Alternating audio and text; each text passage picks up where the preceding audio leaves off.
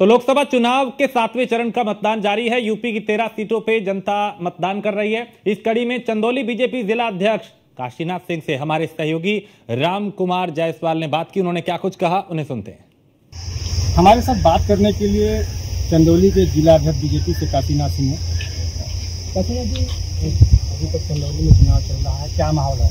माहौल एकदम बढ़िया है और अभी तक की जो रिपोर्टिंग है उसमें भारतीय जनता पार्टी 70% चुनाव जीत रही है अभी तक की रिपोर्टिंग। और इस समय के मुद्दे हैं विकास के मुद्दे पे हम सभी लोगों को, कार्यकर्ताओं के द्वारा और आम जनमानस के द्वारा जो प्यार से नहीं मिल रहा है, जो देखने को मिला है क्षेत्र में दौरा कर रहा है, वह ऐसा बढ़िया है कि उसको कुछ कहा भी नहीं जा सकता। मतलब अप्रत्याशित लगातार विपक्ष हमलावर है कि जो भी 400 का नारा है बीजेपी का, जो 400 के बाद वाली जो सीट है वही बीजेपी को मिलेगी और यूपी में 80 की 80 सीट हार रही है, क्या कहेंगे?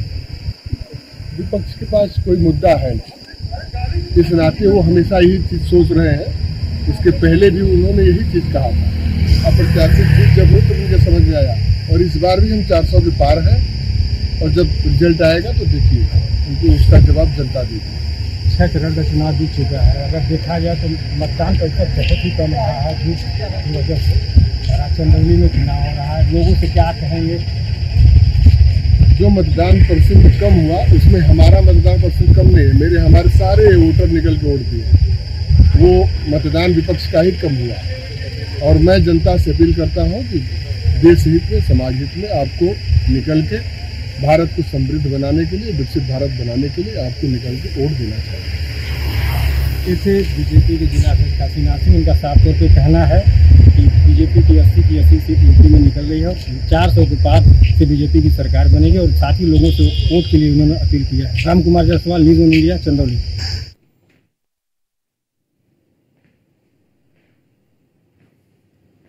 तो आज उत्तर प्रदेश की 13 सीटों पे वोट डाले जा रहे हैं। कई दिग्गजों की साख दांव पर है और लोग भी घरों से निकले मतदान करने के लिए। कई वीवीआईपी भी पहुंचे, राजनीतिक पार्टियों के नेता भी पहुंचे और दूसरों को भी संदेश दिया कि मतदान जरूर करें। तो यूपी की 13 सीटों पे आज वोट डाले जा रहे हैं। गोरखपुर के डीएम एसएसपी ने भी परिवार के साथ वोट डाला।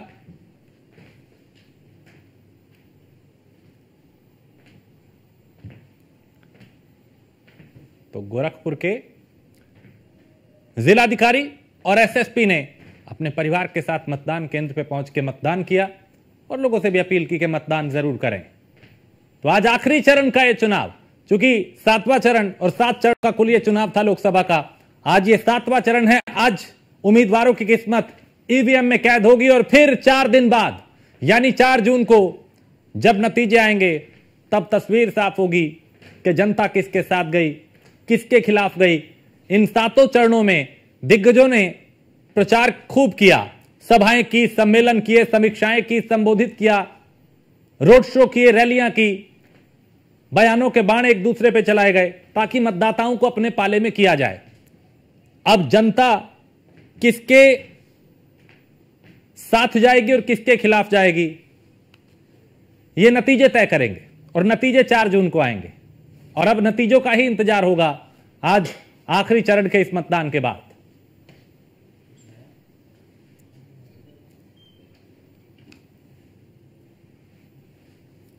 तो जनता का यह मत किसके पक्ष में जाएगा, किसके खिलाफ जाएगा, इसका इंतजार भी अब बहुत लंबा नहीं है, बल्कि 4 जून को जब नतीजे आएंगे तस्वीर साफ हो जाएगी। लेकिन आज उत्तर प्रदेश की ये 13 सीटें, इसमें कई दिग्गज जिनकी साख दांव पे है और पूरे देश की बात करें तो पूरे देश में भी कई ऐसे दिग्गज जिनकी आज किस्मत ईवीएम में कैद हो जाएगी। चाहे वो अभिनेत्री कंगना रनौत हो, चाहे वो अनुराग ठाकुर हो, अनुप्रिया पटेल या फिर रवि किशन, ऐसे कई दिग्गज जिनके भाग्य का फैसला जनता करेगी।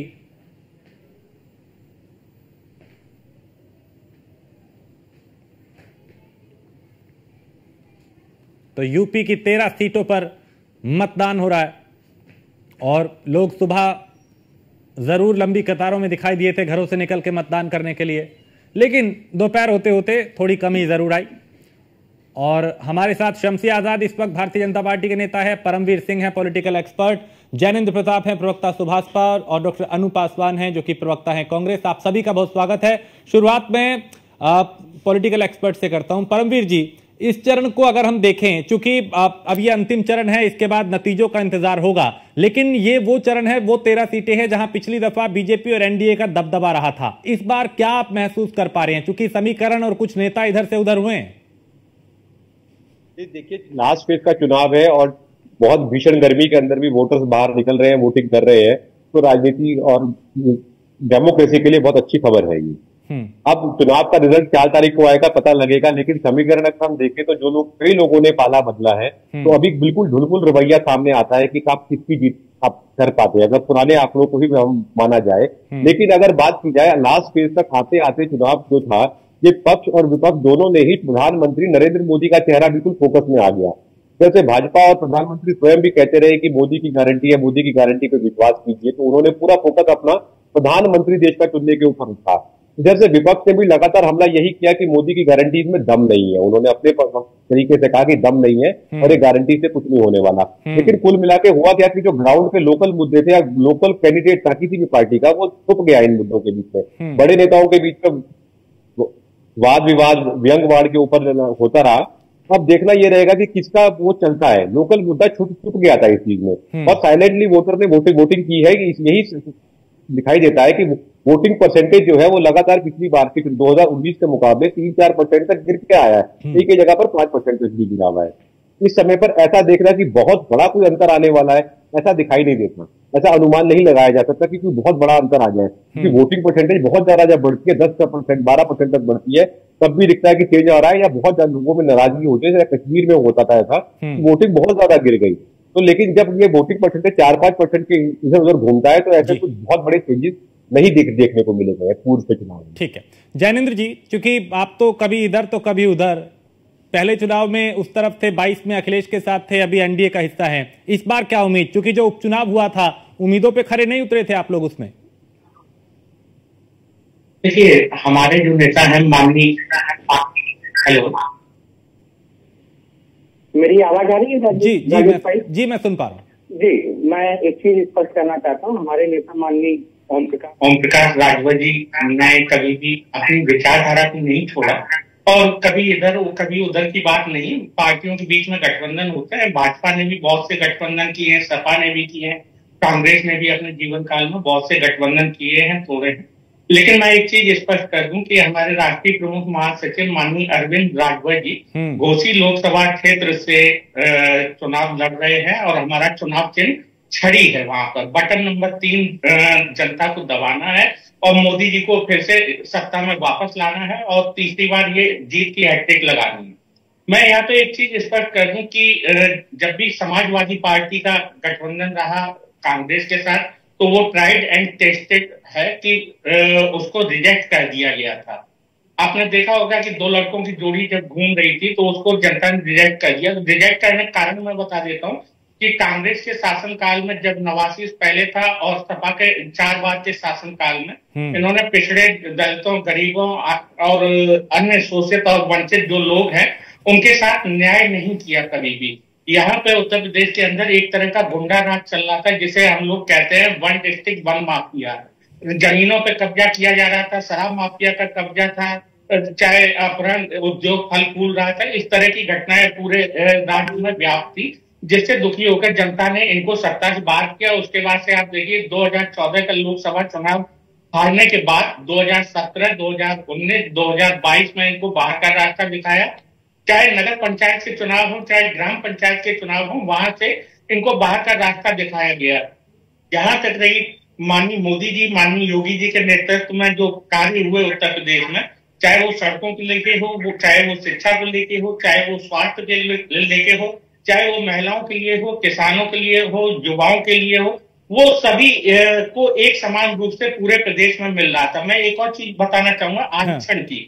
जब समाजवादी पार्टी का शासनकाल चल रहा था, उस समय आरक्षण को बाईपास करके एक ही जाति से सभी पदों को भरा जा रहा था, जिसके ऊपर हाई कोर्ट ने टिप्पणी भी की थी कि आप जो लोग आरक्षण का 50% अपनी जाति का जनसंख्या के अनुपात में ले चुके हैं उनको बाहर कीजिए, लेकिन समाजवादी पार्टी ने ऐसा कभी भी नहीं किया।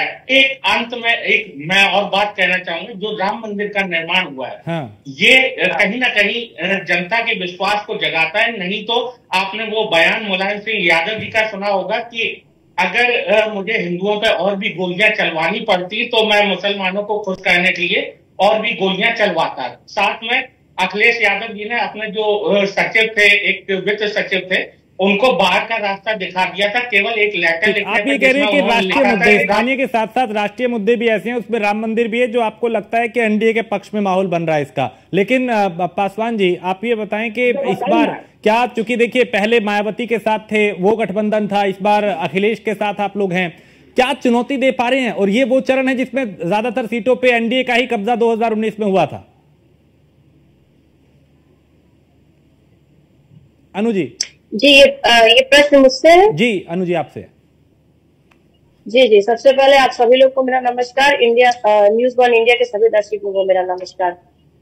देखिए, आज लोकतंत्र की जो 7वें चरण की जो लड़ाई है, आज सभी वोटर बहुत सही मायने में तो बहुत ज्यादा गर्मी थी, और मैं भी दोपहर में ही गई, क्योंकि गोरखपुर में भी यहाँ पे वोटिंग चल रही है। मैं दोपहर में गई, वोट करके आई। बहुत ज्यादा गर्मियों में भी लोग निकल के वोटिंग कर रहे हैं। इसके लिए मैं सभी जनता को तहे दिल से धन्यवाद देती हूँ कि आप सभी वोटर इस लोकतंत्र की लड़ाई में आप लोगों ने अपनी भागीदारी दी। देखिए, सबसे बड़ी बात है कि जो अभी मैंने जितने भी चाहे राजनीतिक विश्लेषक को भी मैंने सुना, आप सुबसपा के भी मैंने प्रवक्ता को सुना, जो लगातार बहुत बातें बोल रहे थे कि जिस तरीके से बीजेपी ने काम किया है, चाहे युवाओं के लिए, चाहे महिलाओं के लिए, चाहे किसानों के लिए, तो मैं शायद उनको एक बात भी बताना चाहूंगी कि यही महिलाएं, यही युवाएं, यही किसान लगातार सड़कों पर भी आंदोलन कर रहे थे बीजेपी के कुशासन के खिलाफ। वो बीजेपी के कुशासन से इतना परेशान हो गए थे, वो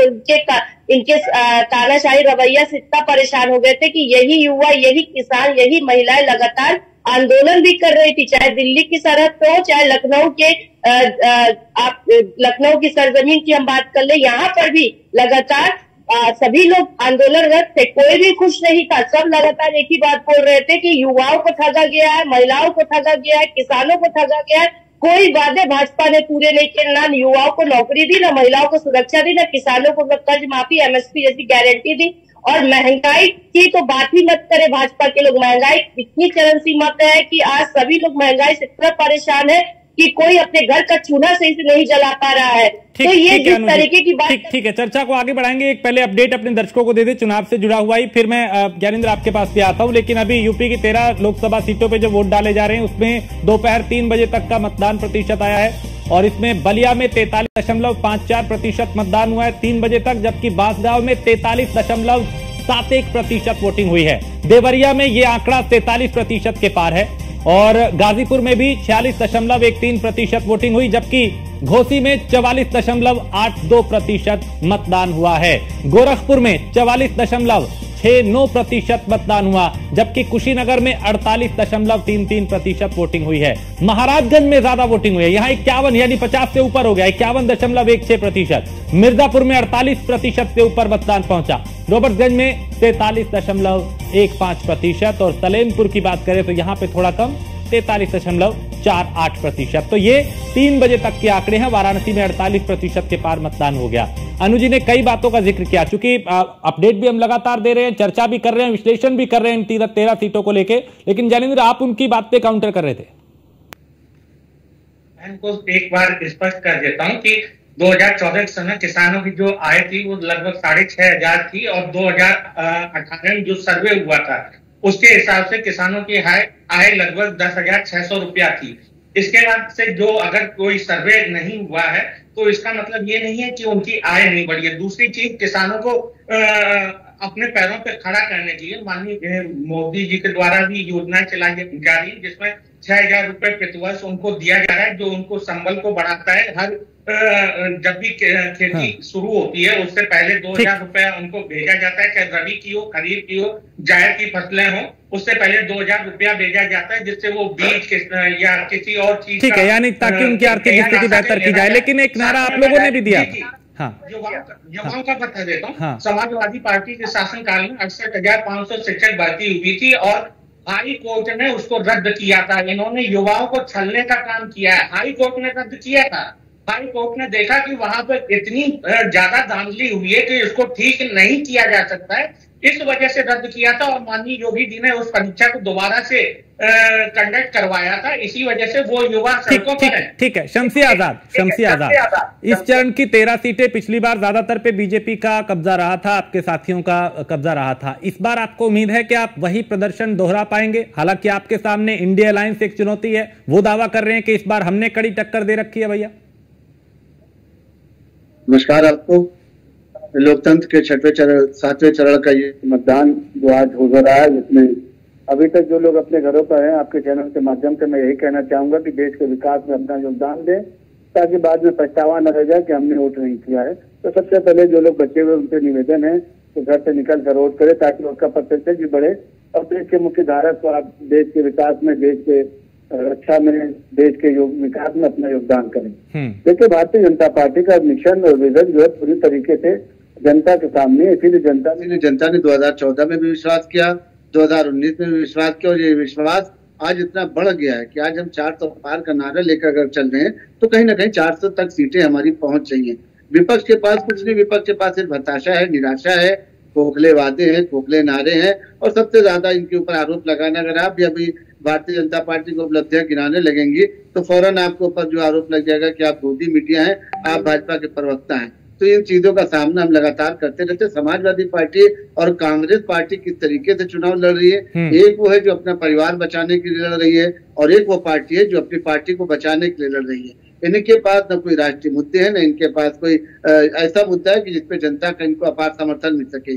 2012 के चुनाव के बाद अगर हम देखेंगे तो उत्तर प्रदेश में कांग्रेस पार्टी ने न यूपी में कोई बहुत बड़ा ऐसा धरना प्रदर्शन किया, न कोई ऐसा जुलूस निकाला, न कोई ऐसी रैली की, न कोई ऐसी सभा की और न समाजवादी पार्टी ने की, जिससे जनता को ये लगता कि जनता के मुद्दों के लिए समाजवादी पार्टी और कांग्रेस पार्टी जो है सड़कों पर उतर सकती है, लाठियां खा सकती है, जेल जा सकती है। हम लोगों को याद है कि जब सरकार नहीं थी हमारी तो ये हजरतगंज में समाजवादी पार्टी की सरकार थी और हम लोगों के ऊपर लाठियां चलाई जाती थी, हम जेल जाते थे, आंसू गैस के गोले हम पर छोड़े जाते थे। जनता के मुद्दों को लेकर हम चलते थे और आज जनता के पास कोई ऐसा मुद्दा नहीं जिसके विपक्ष उनका साथ दे सके। मुद्दे बनाते जरूर रहिए, लेकिन होता ये कि जब जनता का समर्थन नहीं मिलता तो ये वापस आ जाते हैं और एयर कंडीशन में बैठकर फेसबुक और ट्विटर पर बैठकर राजनीति करते हैं। आज की राजनीति जो है वो बदल चुकी है और भारतीय जनता पार्टी एक ऐसी पार्टी कि हमने उसको देखा कि उसका कोई भी सप्ताह ऐसा नहीं जाता कि जब वो जनता तक पहुंचने का माध्यम न बनाए। लगातार जनता से मिलने जुलने के बाद ये असर होता है कि आपके और जनता के बीच में, मतदाता के बीच में एक रिश्ता बन जाता है। और मोदी जी का चेहरा जो है, जिसके ऊपर आज पूरा विश्व जो है गौरवान्वित हो रहा है, अगर उसका चेहरा सामने आता है तो उसके बाद ये 28 दल या 28 गठबंधन दल जो है, जहाँ न प्रधानमंत्री तय है, न संयोजक तय है, कौन बनेगा 8 महीने का प्रधानमंत्री, कौन महीने का 12 महीने का प्रधानमंत्री, अभी इनको तय भी करना है। और आज इसीलिए उन्होंने एक बैठक कर रही है कि अगर कहीं ऐसा ना हो कि कहीं परिणाम हमारे खिलाफ निकल आए तो कहीं ये दिखाने के लिए भी ना हो पाए कि हमारे पास इतने गठबंधन दल है। तो आज फोटो सेशन, ठीक है, चलिए, आप चूंकि आज वोटिंग हो रही है और अभी नेताओं के तो अपने अपने दावे हैं। वक्त इतना ही था मेरे पास, आप चारों का बहुत शुक्रिया। लेकिन नतीजे किसके पक्ष में आएंगे ये तब तय हो जाएगा जब आज वोटिंग हो रही है। 4 जून को नतीजे आएंगे, उस दिन तस्वीर साफ हो जाएगी कि जनता किसके साथ गई और किसके खिलाफ गई।